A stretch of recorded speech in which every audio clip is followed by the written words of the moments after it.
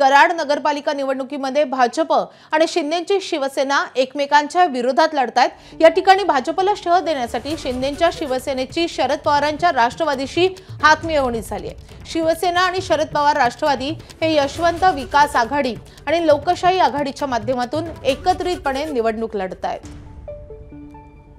नगरपालिकेच्या पंचवार्षिक निवडणुकीसाठी आम्ही यशवंत विकास आघाडी आणि लोकशाही विकास आघाडी एकत्रपणाने ह्या निवडणुकीला आम्ही सामोरं जातोय।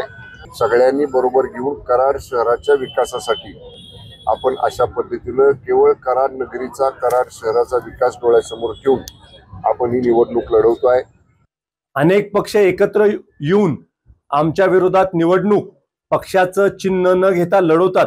हेच खऱ्या अर्थानं माझ्यासाठी खूप समाधानाची बाब आहे की पक्षाचं चिन्ह घेऊन निवडणूक देखील आमच्या विरोधात लढवता येत नाही। आम्ही मात्र सगळ्या जागा पक्षाचं चिन्ह घेऊन लढत आहोत।